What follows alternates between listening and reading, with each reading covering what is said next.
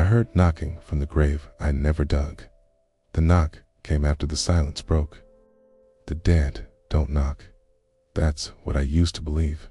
They settle. They sink. They dissolve into soil and memory. But one night, after all the mourners had gone, after the last candle blew itself out, and after I had turned the closed sign on the chapel door, I heard it knock. A single, deliberate sound. Not from the gate, not from the walls, not from the wind clawing through the branches of the bare pines outside, but from the inside beneath the chapel, from the floor that had never been opened. Let me start with this. I was not supposed to be there that night. We had buried no one that day. There had been no family, no procession, no weeping or whispering, no priest fumbling through a half-believed sermon. But I had stayed behind, as I always did when something felt unsettled. Not the kind of unsettled you feel in your stomach, the kind that creeps into your bones and asks questions your mind isn't brave enough to phrase. I sat in the mourner's chair, the one no one ever chooses. It faces the altar, but it's back to the entire room. It doesn't creak like the others. It listens. And that night, I didn't just hear the knock. I felt it.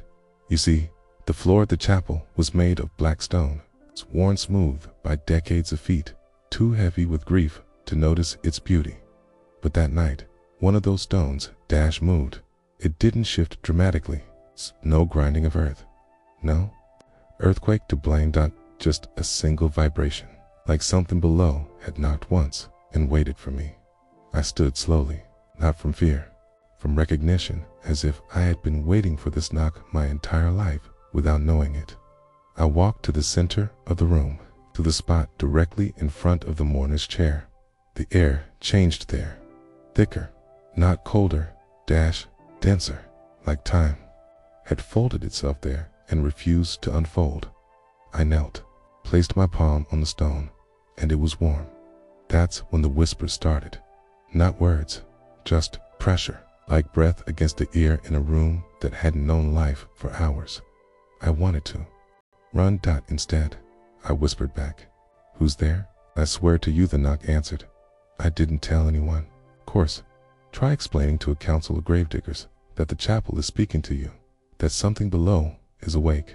They would have laughed or, worse, believed me, because we all know what happened to the last one who claimed the graves whispered back. We buried him, and we did not mark the spot by his request or ours. I never found out, but that night I couldn't sleep. The knock kept echoing, not in my ears, in my blood. It was in the rhythm of my breath, the pulse of my neck, the soft creak of the ceiling beams above my bed. I finally got up, lit a single lantern, and returned. The chapel was as I left it, still cold, untouched, except the mourner's chair. It had moved, just a few inches, but enough to tell me it had watched me leave, and now it wanted me back. I sat again. No movement. I whispered again. No knock. I waited. That's when I saw it, carved into the underside of the armrest. It's faint. I had never noticed before. A single word, scratched in with something sharp. Mine. The handwriting was messy, but intentional. The kind of desperation that still carries precision, as if the writer had very little time, and even less space, but needed to leave something that would not be misunderstood. It wasn't a name. It was a claim. And I suddenly realized the knock wasn't just a message. It was a summon. I stood up, faced the floor again, lantern held high. Nothing moved. Okay. No breath. No second knock. So I did something I had never done in all my years as a keeper of the dead. I peeled back the rug, the one beneath the mourner's chair. It was older than the wood around it. Older than the chapel. Older, maybe, than any name still remembered in this town, and beneath it a hatch, iron, bolted, sealed with something that looked more like wax than rust. But the moment I touched it, the wax cracked, and that sound was not human. I recoiled. My lantern shook. The flame inside danced violently, and, for a second, saw a shadow, not on the wall, beneath the floor, like something passed beneath the stone and looked upright at me. I dropped the lantern. It didn't shatter, but it went dark, and so did the chapel. But the knock, it returned, twice, not pleading, pacing. Then the voice came, low, not distant, below. You're late. I froze. I hadn't spoken to anyone in hours, and that voice was not mine. It was dry, gravel-wrapped, worn from disuse, but it knew me. You promised you'd come back, it said. I whispered back, unsure why. I don't remember. The voice exhaled, like stone turning over in sleep. That's why I knocked. I backed away from the hatch, but my feet didn't carry me to the door. They took me back to the mourner's chair, and when I sat, the hatch opened on its own, slowly. No creak, no scream, just a breath of warm air rising like memory, and something climbed out, but not to chase, to sit across from me in a chair that had never existed before.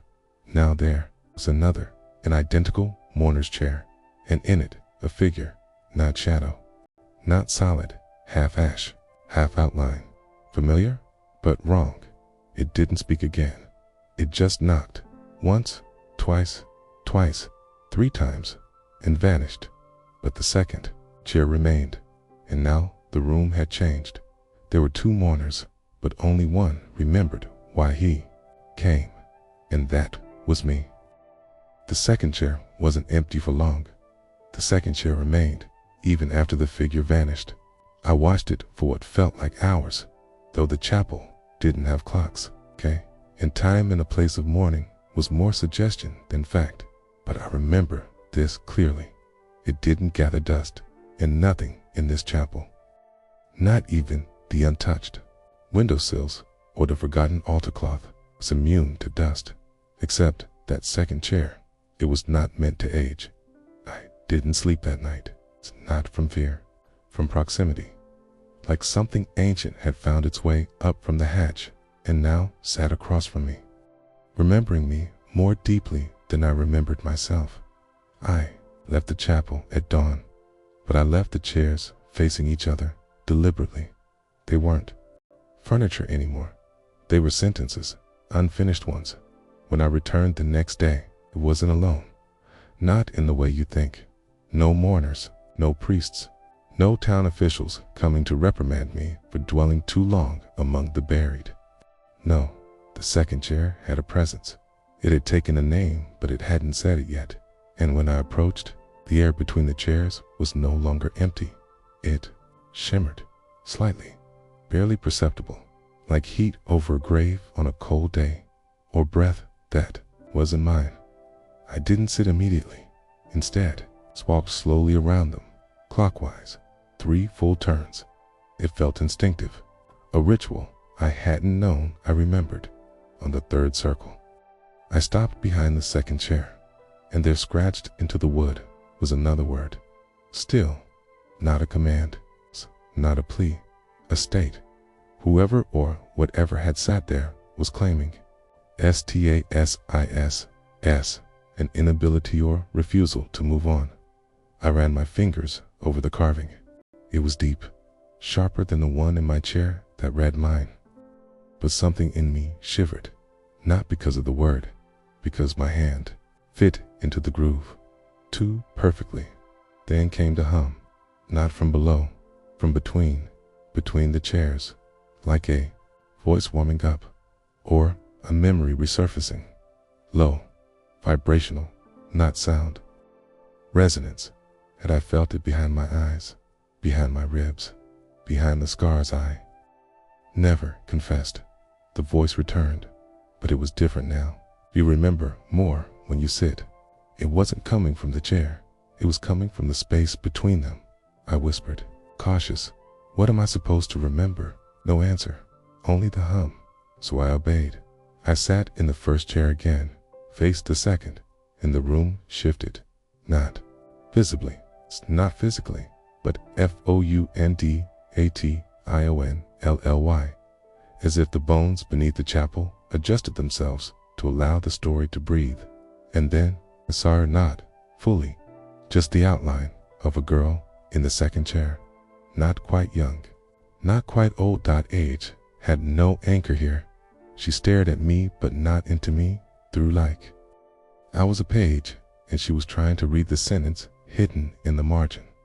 She opened her mouth and a name slipped out, but I couldn't hear it, only feel it in my chest, a name I hadn't spoken in years.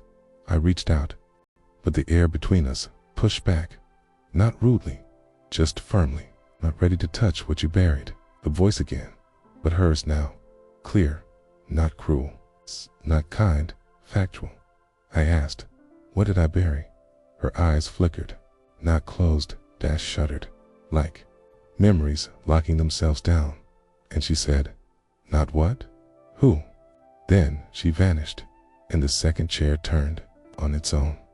Slowly, deliberately now, it faced the altar, not me, and on the seat, a folded letter, sealed, but not with wax, with soil, pressed into a circle, unbroken, and in the center of that soil, etched with fingernail, don't read until you remember. I didn't touch it. I couldn't. Some part of me knew if I opened it before I was ready, the chapel wouldn't forgive me, or worse, she wouldn't. So I left it there, unfolded, and the second chair, facing forward, guarded it. That night, I dreamt of fields. Not the cemetery. Real fields, uncut grass, chalk white stones, but no graves. Just a girl digging without a shovel. With her hands, she buried something small, a tooth, or a ring, or a secret. And then she looked at me. This is yours now, okay? And the ground folded over it without a sound. I woke up choking, not from fear, from soil, in my mouth, on my tongue. But when I spat, it vanished, not just wiped away, evaporated. I knew where I had to go, back to the chair, back to the letter. This time, when I entered the chapel, the second chair was gone. The letter remained, but the chair, nowhere, not broken, not moved, erased, and on the seat of my chair, a second letter, identical, same seal, same soil, same warning. Don't read until you remember. So I said, 2 letters, 1 chair, no second presence. And yet I wasn't alone. The whisper came from behind me now, not from the floor, not from the air, from the door. It hadn't opened, but something leaned on it, pressed against it, waiting, breathing, and in that breath, another voice. You promised you'd keep the grave empty. Coy, voice, cracking. I did. The breath thickened. No, you just never finished digging. The letter was sealed with her name. The letter waited. It sat on the wooden seat like it belonged there, as if the grain of the chair had grown around it. The seal of soil was still intact, dry, now cracked slightly at the edges, but it hadn't crumbled. Even the faint print of a fingernail carving the words, "Don't read until you remember," was still visible. It's as if freshly pressed. The second letter, identical in every way, rested on the chapel floor beneath my own seat, as though the structure itself had decided I needed more than one warning. I didn't pick them up, not yet, because the room had changed, and so had the silence. It wasn't empty anymore. Silence has flavors, you see? There's the hush of reverence, the thick blanket of grief, the echo of absence.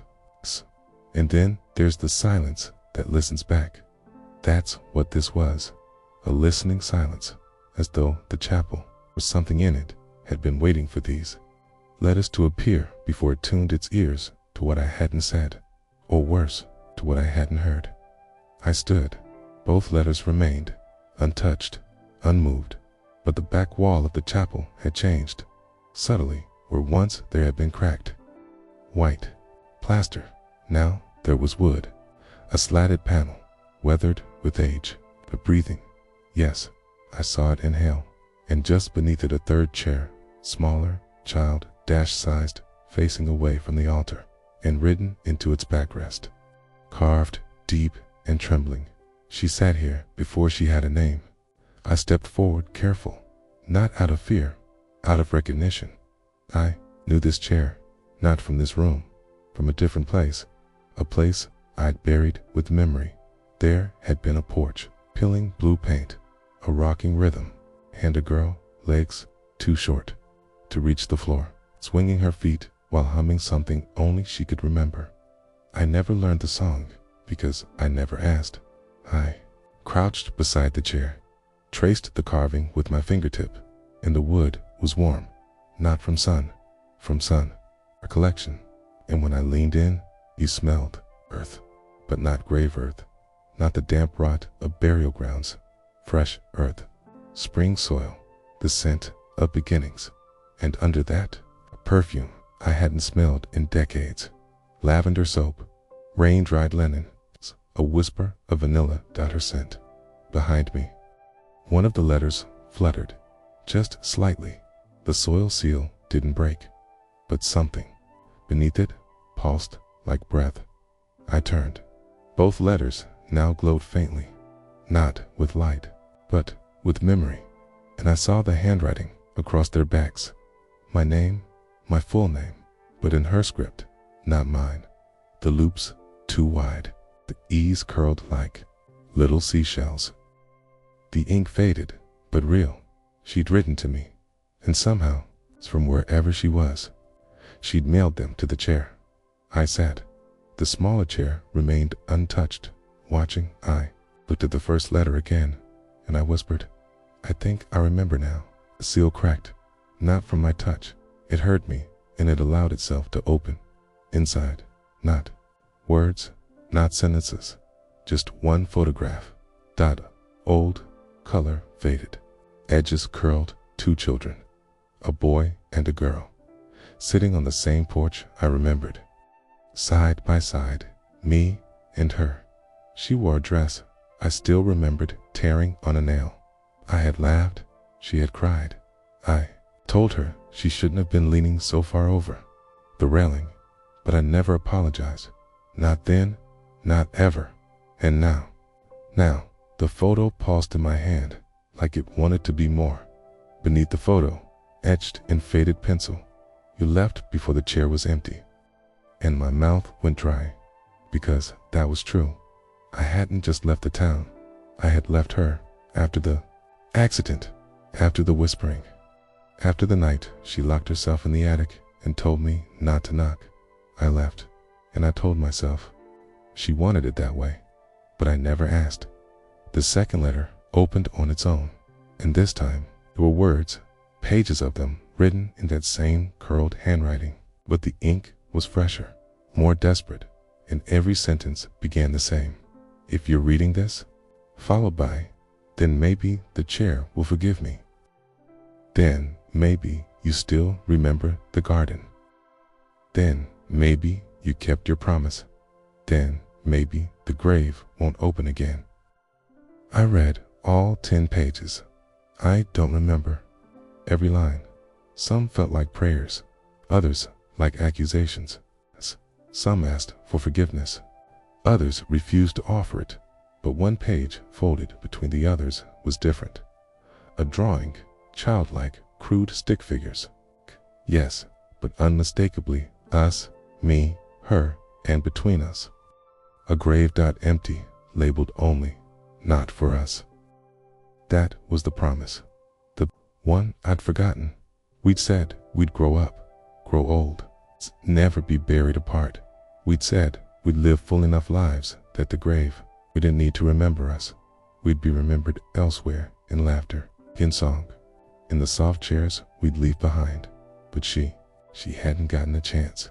The third chair creaked. I turned, and she was there again. Not as a ghost, as a presence. Young, but older. The way memories mature in your absence. She didn't speak, but her eyes, they weren't angry. They were waiting. I knelt, placed both letters at her feet, and said, I didn't know the chair still remembered you.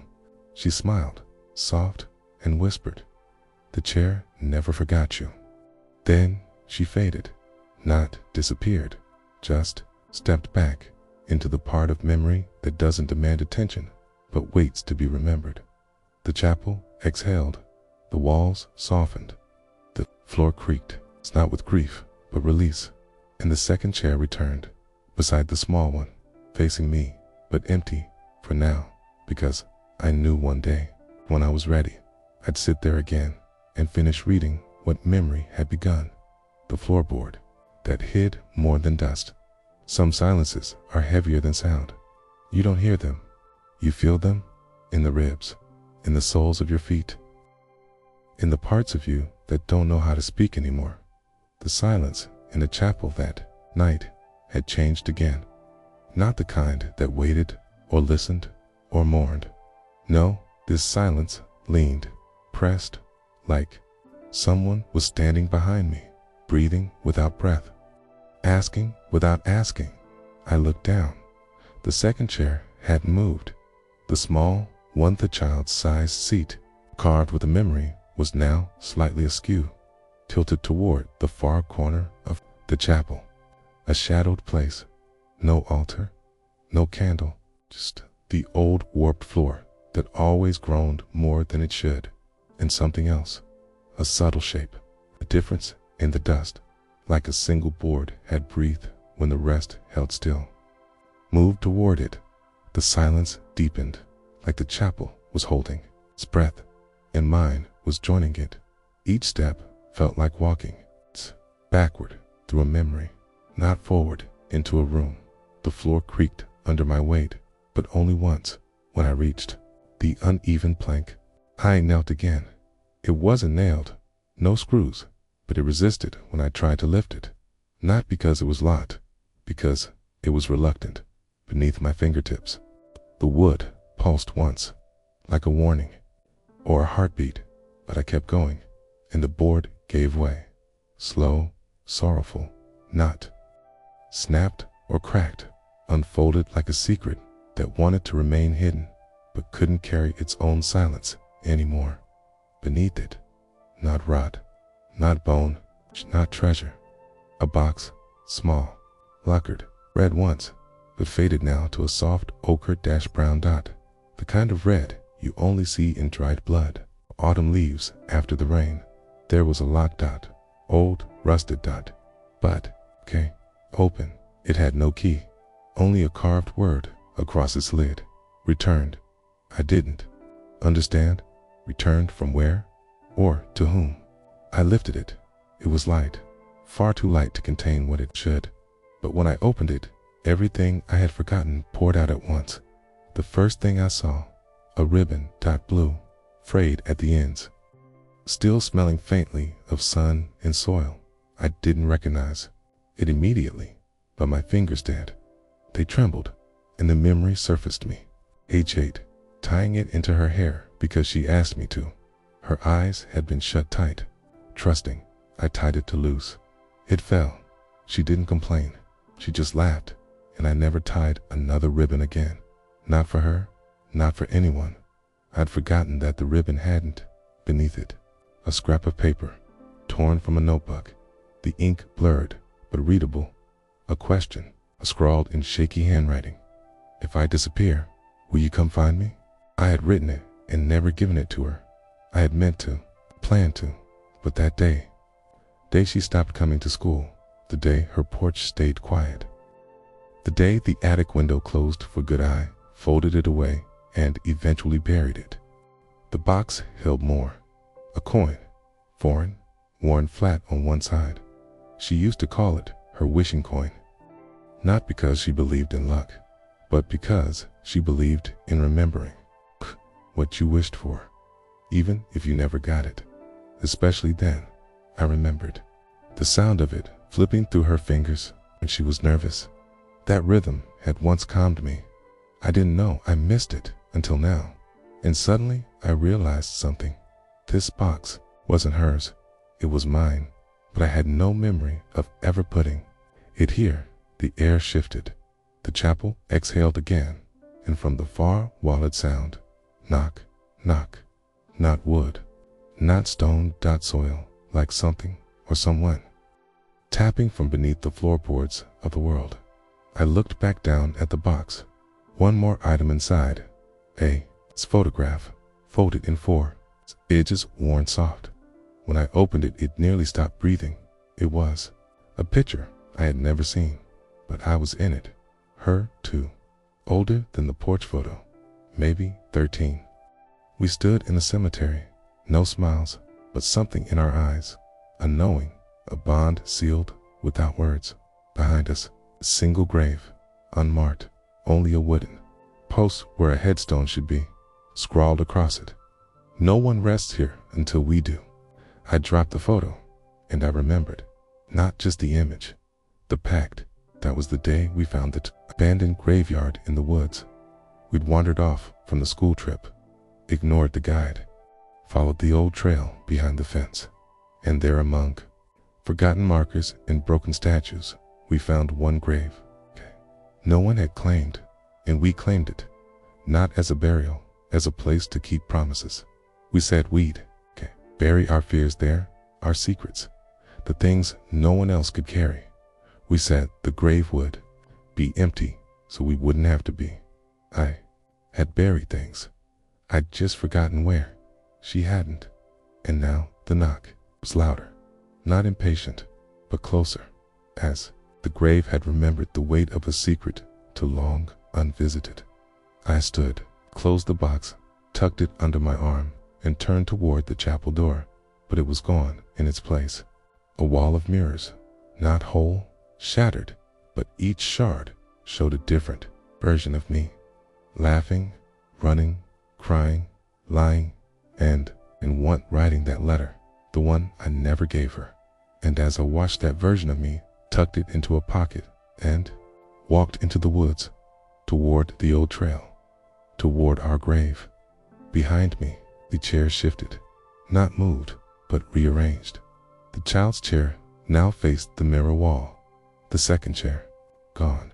Only one remained, mine, facing the broken reflections, waiting for me to sit, not in rest, in recollection, because I knew the only way to leave now was to finish what I'd buried, and then the knock again, this time from inside the mirror, and her voice. I kept my promise. You just forgot yours. The grave wrote back before it opened. The moment I read her words, I kept my promise. You just forgot yours. Time itself seemed to pause. The chapel, a breath away from collapse, held its stillness. Mirrors reflected shards of memory, not just images, but echoes of what was hidden, half buried in me. I stood before the mirror wall, the boxes of childhood secrets tucked under my arm, the floor's final knock vibrating through the floorboards. I dared not move, and then ink appeared on the dusty glass, words curling upward, written from the mirror itself. It's your turn. A pulse of dread traveled through me, but I remembered the grave we had claimed, the box of relics. The chapel was not pleading, it was expecting. I sat in the mourner's chair. Light splintered through the mirror shards. My heart pounded. The chairs shifted again this time. All remaining chairs faced me like a jury of silent judges. I opened the wooden box once more. Inside lay her photograph, the coin, ribbon, torn paper, up. But there was more now, a folded strip of parchment, thin as skin, shimmering with dew-like droplets. It read, "Meet me where we said no one would rest." Trembled. I knew where that grave was. We believed in its emptiness, but memory never lies. I left the chapel. Mirrors faded. Chairs stopped creaking. The nails behind the wood side release. The path in the woods reformed as if welcoming me home. The trail was marked by moonlight and moss. Each step carried the echo of leaves we once trod barefoot. The night whispered as I passed. The grave lay ahead. No tombstone, just a mound, soft and silent. Above it, the oak tree we had both kissed for luck stood rooted. Its branches arched overhead like arms of mourning. I knelt at the grave's edge. Doubt knotted in my throat. I set the wooden box atop the earth. The parchment crackled and unfolded, carried by the wind until it lay on the soil. The earth rumbled sadly to tap, as if something threw a pebble upward to knock against the parchment. I pressed my ear to the ground. A voice not mine answered. It whispered, "We're still here." Startled, I recoiled. My own breath pounded in my ears. I closed my eyes, whispered, "I remember." The earth grew quiet, then rumbled again, deeper. I realized the grave wasn't empty. Not of bodies, but of memories longing to be claimed. "Speak then," the voice seemed to say. With trembling hands, I opened the photograph and showed it to the earth. I named us both. I spoke our ages then, said how I failed to save her and how she never warned me it would cost so much. The earth murmured. The mound heaved lightly. Then ink again, this time on the parchment, surfacing in muddy script. You came. Tears blurred moonlight. The air thickened above the oak. Leaves rustled, not wind, but breath. A chill swept through me. Then silence. I stood, pulled from the emotion, looked around. The forest held its breath. The grave glowed softly underneath the parchment tin, pale phosphorescent green. The wooden box rattled. I opened it, sighed. Lay a single object I hadn't seen before. A key, old iron, shaped like a tree roots for wards. I understood immediately. The chapel hatch. Who knows what lay beneath? By now, dawn threatened. I pocketed the key, whispered to the grave, "We're not finished." The parchment burned, paper curling into glowing ash before floating away into the cold morning air. I walked back through the forest. The path behind me rearranged silently, moss and oak intertwining like living memory. By the time I reached the chapel, sunlight broke through clouds. The mirror wall was gone, replaced by plaster, floorboard sealed. Chairs settled into their places. It was as if nothing had occurred. Inside, I found a hatch beneath the mourner's chair. It was unbolted, matching the key. I used it.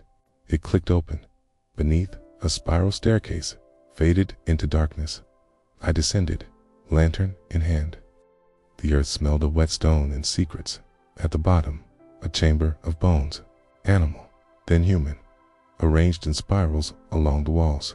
Center, stone altar, on it the coin, clean the ribbon. The torn paper, photograph were placed precisely where I laid them. The wooden box sat open. There was a notebook. I opened it, hands shaking.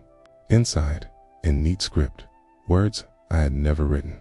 He promised silence, but the grave knits memory from the bones. Let whoever opens this know, the story does not end tonight. I closed the book, understanding it was her voice.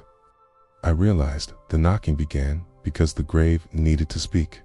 The chapel, the forest, the fragments of memory they enforced her narrative, guided me here. I lit a candle on the altar, whispered, "We end it now." I spoke her name. I told her I was sorry. I promised I would never bury again what should be above ground. The spiral chamber echoed with my promise. The key glowed. The items on the altar shimmered. I emerged. Dawn had fully broken. I left the chapel behind. Sighed, I scattered seed soak and lavendered. The grave, planted new. Life above buried memory. In the chapel, beneath the hatch, the spiral no longer carved bone. The bones lay still, honored. I didn't return, but the knocking never came again. The voice echoed through the chapel walls. Rain came at midnight, not pulses or droplets. They fell as whispers. Each slick sound carried memory. When I awoke, the chapel had already begun to sing. I returned because the key burned in my pocket. Sealed hatch at my feet still smelled of earth. The altar above, where I scattered seeds, remained silent, but the walls weren't.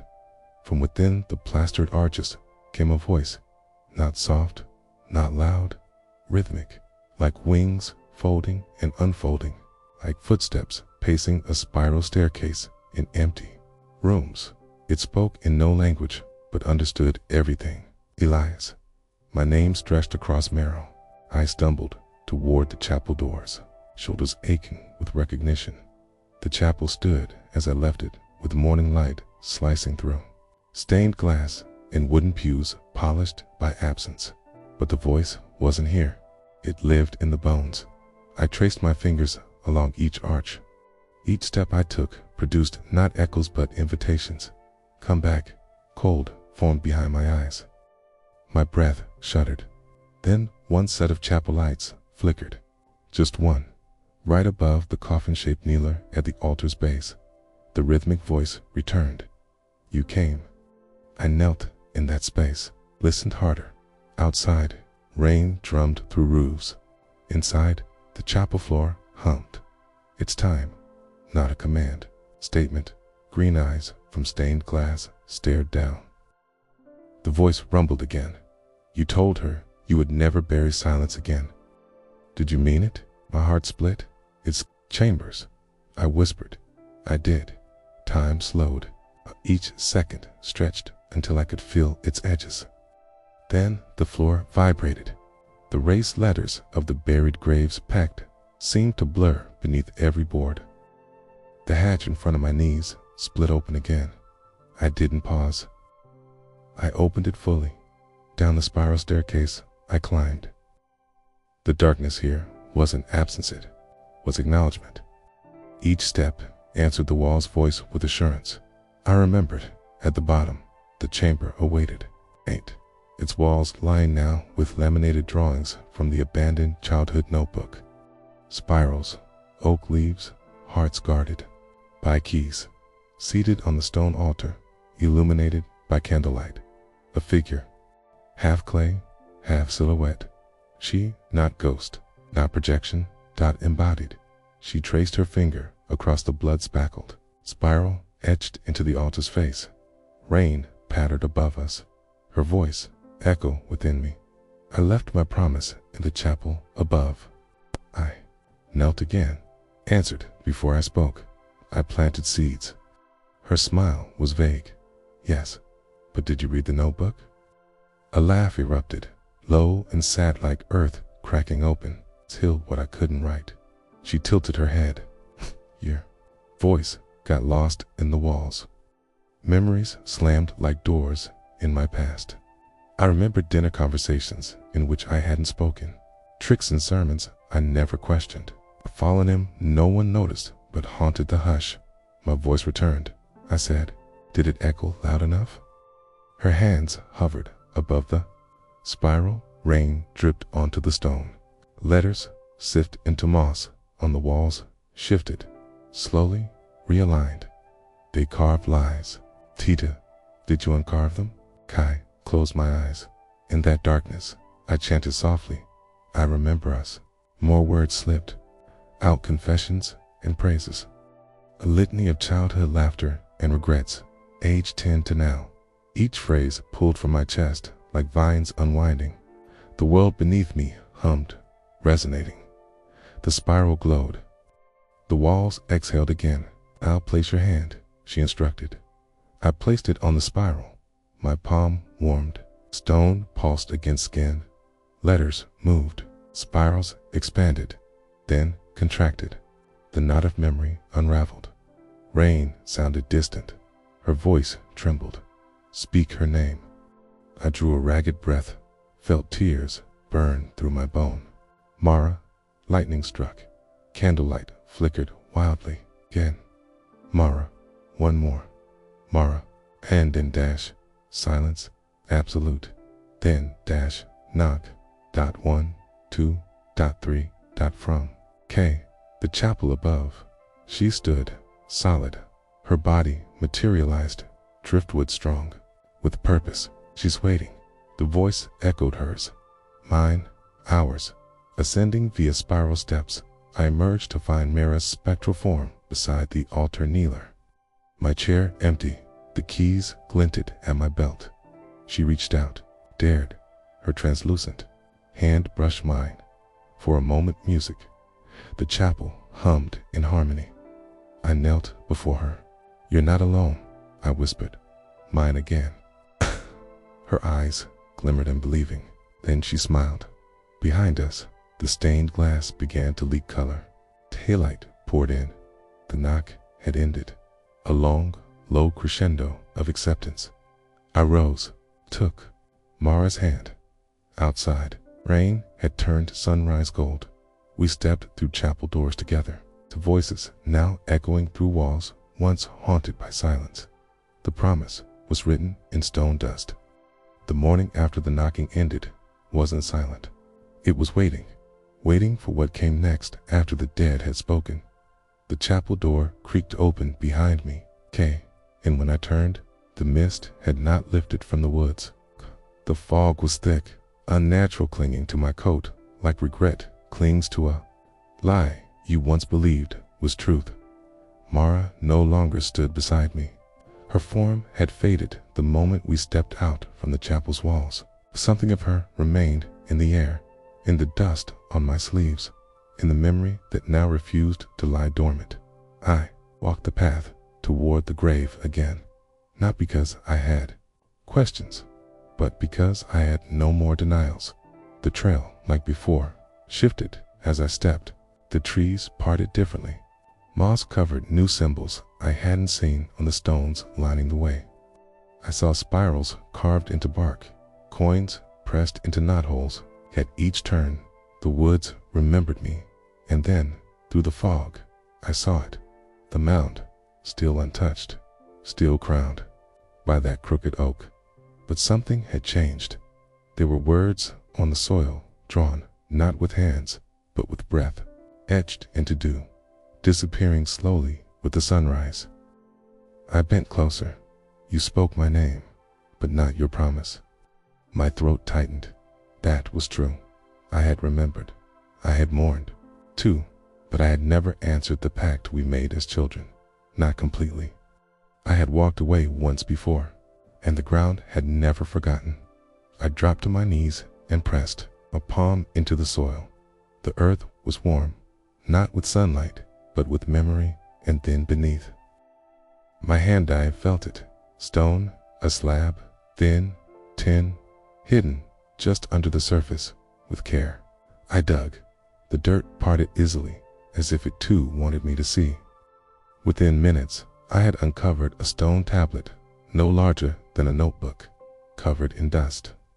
Cracked at the edges, there was something engraved on it, letters barely visible, but enough. I wiped it clean with the sleeve of my coat. What I read stopped my breath. If one forgets, the other must remind. If one flees, the other must find. If silence grows, the voice must ring. If one is buried, the other must bring. I didn't recognize the script, but I recognized the rhythm.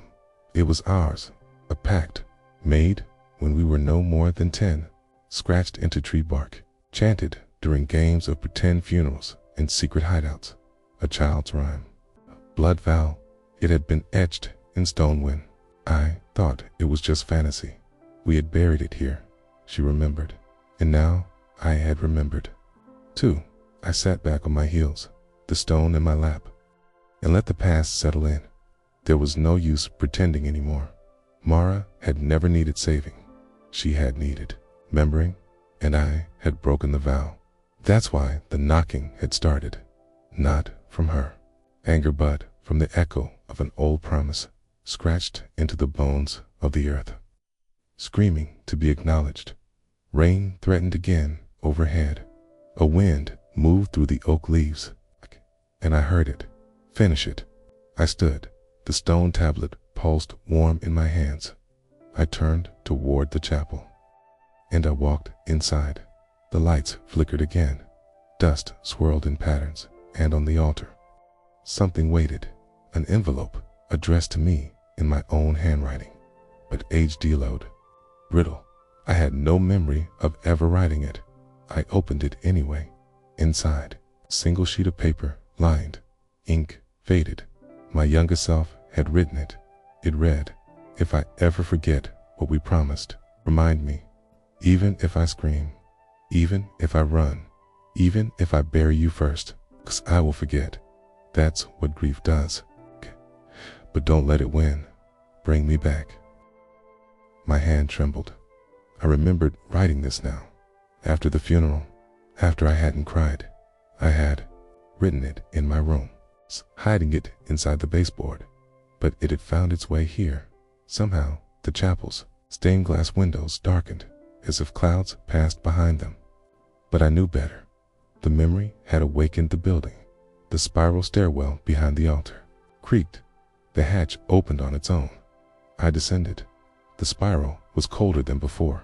At the bottom, the bones had rearranged, no longer in spirals, but in a path leading toward the back of the crypt. A part I had never noticed. There, in the wall, was a door, old iron bolted shut with 3 locks. No keyholes, no handles, just dust. And above it, etched in the stone arch, the promise. I stepped forward, unsure. The stone tablet in my hand pulsed, then cracked clean down the middle. Dust fell from its center, and in the dust, shaped by the P, shattering, were 3 symbols: a spiral, a heart, and a mirror.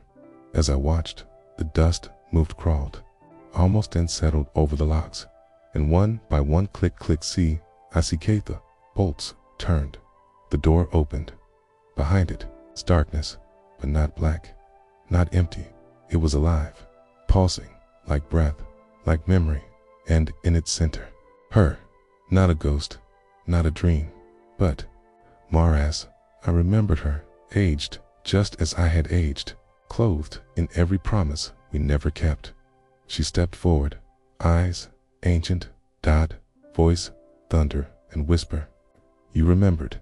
Tears broke down my face. I fell to my knees. I did. I'm sorry. She placed her hand on my head. So am I.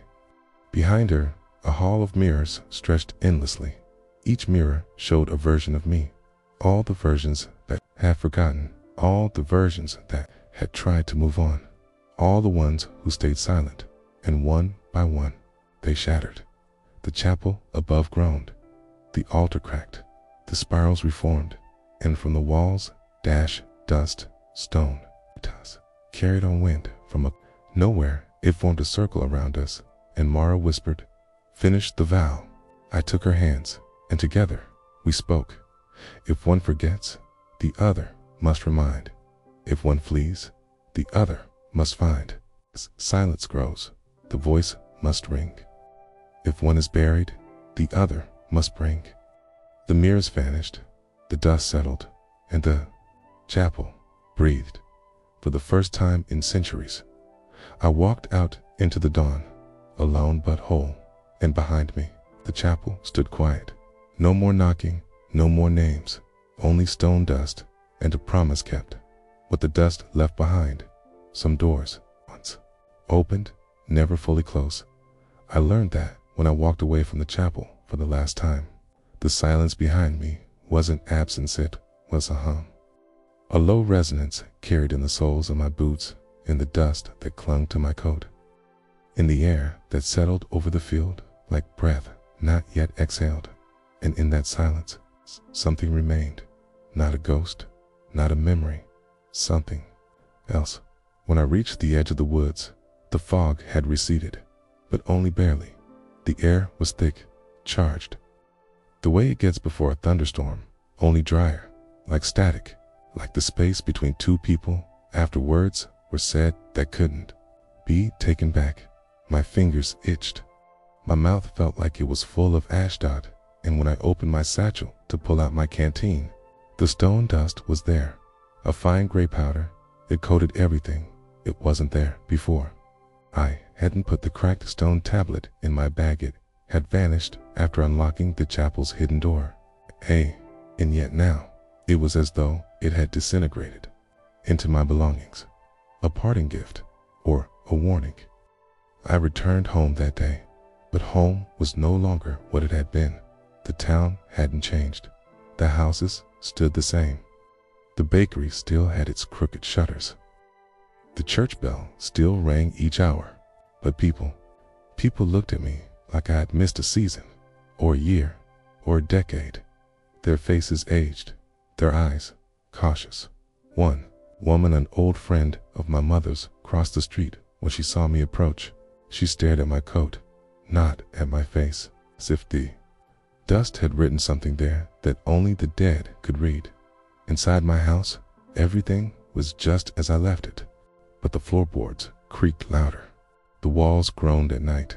The old chair beside the fireplace rocked once, slowly, when I wasn't near it. I didn't sleep that night, not from fear, but from recognition. I lit the fire and sat. The crackle of the logs was loud in the stillness. That's when I noticed the letter. It was sitting on the mantel, leaning against the clock, unmarked, unfolded, written in my own hand, but not in my ink. I hadn't written it, but I had, and I knew, without opening it, what it would say. I took a breath, picked it up, and read, "You brought her back, but you brought something else too." The vow was remembered, but not all of it. The dust was never just dust. It holds the names. It remembers the ones you didn't. My blood ran cold. There were others, other vows, other forgotten names. I set the letter down slowly and turned to the hearth. The fire was still burning, but the shadows had lengthened in the flames. I saw movement. Strangers. A boy with hair in his eyes.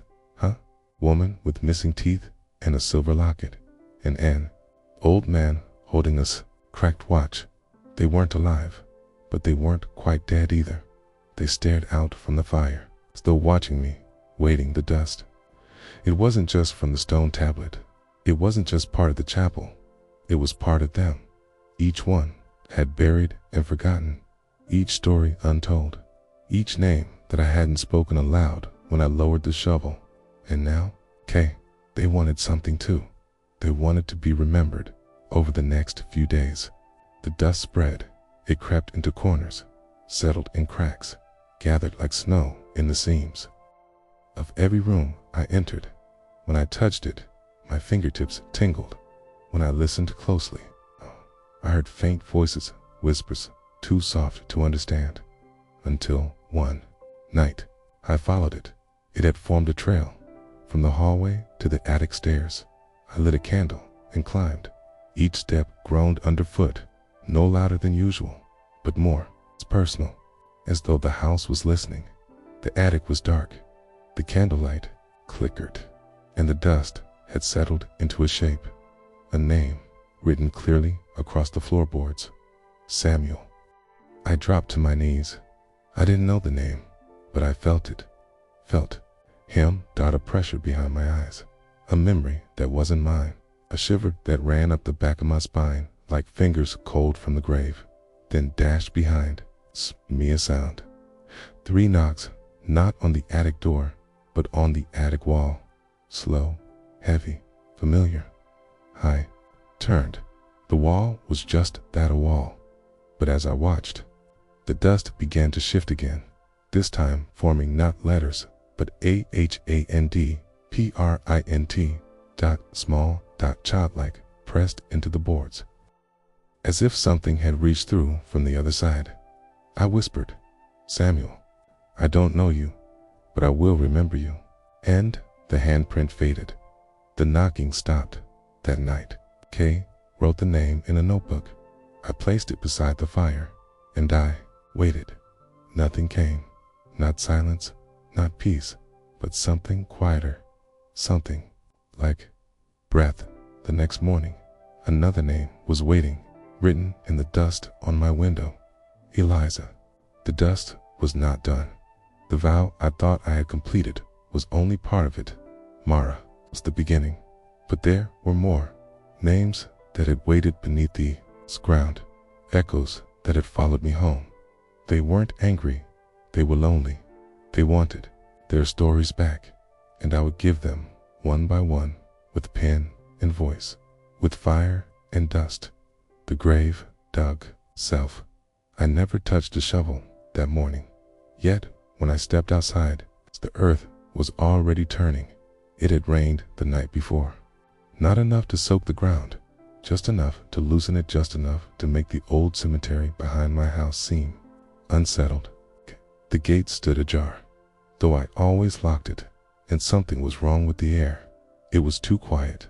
Not a bird, not a branch, just the sound of earth pulling itself apart. I followed the sound. My boots left no print in the soft mud. The trees leaned as I passed, as though trying not to watch. And then I saw it.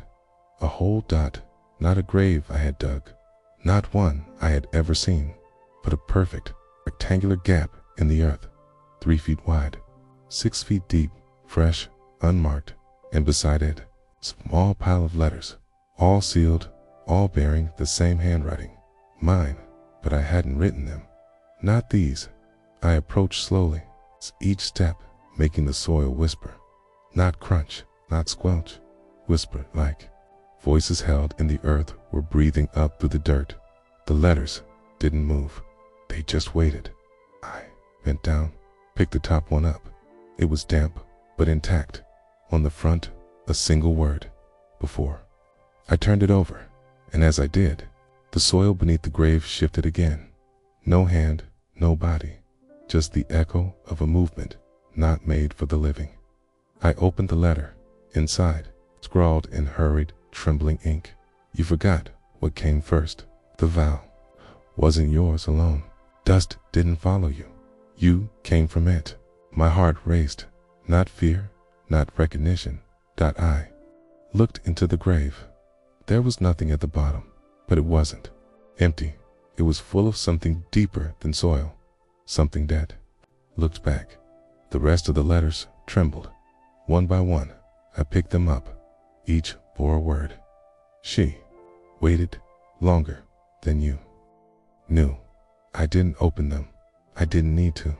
The message was already clear. This grave wasn't for someone else. It wasn't even for me. It was hers, but she hadn't asked for a grave. She had asked for a memory, but for presence. And I'd given her stone, dust, and silence. I knelt beside the grave and whispered, Mara, what did I miss? And the wind picked up, but not from the sky. It came from below. The grave exhaled, and in that breath came the sound of footsteps behind me. I turned. No, one was there, but the footprints were small, bare, childlike, like Samuel's. But they didn't stop. They circled me once, twice, then vanished. I stepped to the edge of the grave again. The soil began to shift, not collapse, not crumble, move, as if something inside was digging up. The dust from the letters swirled. Shapes began to form. A hand, a face, not flesh shadow, but shadow with memory. She looked at me, not Mara, another, older, wiser, and when she spoke, the words weren't in my ears, they were in my bones. You opened the wrong door first, but it had to happen that way. I didn't understand. I still don't. But then she said, the grave that dug itself is the one you were meant to find last. And then she vanished. The grave remained. I couldn't fill it. Every time I tried, the soil refused to stay.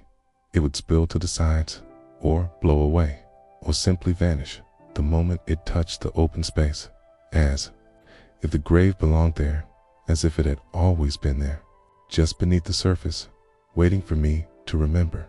That night, sat by the fire. The dust no longer whispered. It sang low, gentle, like a lullaby sung by someone who had never known sleep. I wrote their names, Samuel, Eliza, the ones who had returned. In dust, and beside them, I wrote a name I did not yet understand. The one who waited first, because whoever she was, she'd had been before them all, and she had waited in silence longer than any of them. The next morning, the grave was gone. No sign of disturbance, no pile of letters, just grass, fresh, still wet with dew, but in the center, a single object remained. A mirror, cracked, wrapped in faded ribbon. I picked it up, and for a moment, my reflection wasn't mine. It was hers. The one who dug the grave, the one who never needed a shovel, the one who had waited for me to come back to where I had never been. The dust had settled, okay, now, but I still hear the knocking sometimes. Not from the ground, not from the walls, from the air, from the spaces in between, the places where forgotten things still breathe. And I know now there are graves you dig with your hands, graves you dig with your silence, and graves dig you. The door under the dust was never meant to be opened. The mirror was still in my hand, even though I'd left it in the grass, even though I'd buried it in the fire, even though I'd walked away without looking back. It was still there, cracked, silent, heavy, as if it remembered me before I remembered myself. The door revealed itself slowly, not in the wall, not in the chapel, not even in the ground. It was under the dust, the kind that doesn't fall from shelves, from stories, the kind that gathers not from time, but from silence. There had always been a space in the back room of the chapel, but no one went there, not even Mara, not even Samuel, only me, and only now. The door wasn't made of wood, it was made of breath, shaped like something that should never be touched, the kind of door you find inside dreams, you never had. It pulsed, it whispered, and it remembered. Etched across the top, barely visible, was the same phrase from the letter I never wrote. You forgot what came first. I pressed my hand to it. It was neither warm nor cold, but it knew me. The wood shifted, not opening, but folding, like a page. Behind it, no light, only fog, thick, sentient, humming. I stepped in. The room was not a room. It was a corridor of echoes, stone, walls that bled faint shadows. Each step I took didn't land on floorboards. It landed on memories, not mine, not entirely. Some were Eliza's. Some were the girl who waited by the window and the letter that never arrived. Some were the sound of laughter that only came when no one was left to laugh. At the end of the corridor, there was a chair, old, broken, but sitting in it, me, or a version of me, eyes closed, mouth sealed with thread, hands covered in soil. I didn't move, but he did. He opened his eyes, looked directly at me, and whispered with a voice that sounded like thousands. You wrote it all before you forgot it all, and now you've come back to seal it again. Stepped closer. The thread began to unbind from his mouth. He didn't speak again. Instead, he reached under the chair and pulled out a box, small, wooden, familiar. It was the one I had found in the floorboards, except I never opened it. This version of me did, and inside it was a key, tiny, rusted, shaped like a feather. I knew where it belonged, and I hated that I knew. I took the key. The version of me smiled, not kindly, but knowingly, and vanished. The corridor collapsed, not violently, but purposefully, like a tunnel. Its purpose had been fulfilled. I stood back in the chapel. Dust now clung to the ceiling. It wasn't just age, it was memory, weight, truth behind the altar. A wall behind. The wall, the crypt, and in the crypt, a door I had never seen, wooden, ordinary, except for the symbol carved into its center. A mirror, cracked down the middle. I placed the key inside. It didn't turn. It shuddered, as if it had to decide whether it'd still fit. When it did, the door didn't swing open. It sighed, and the crypt filled with cold.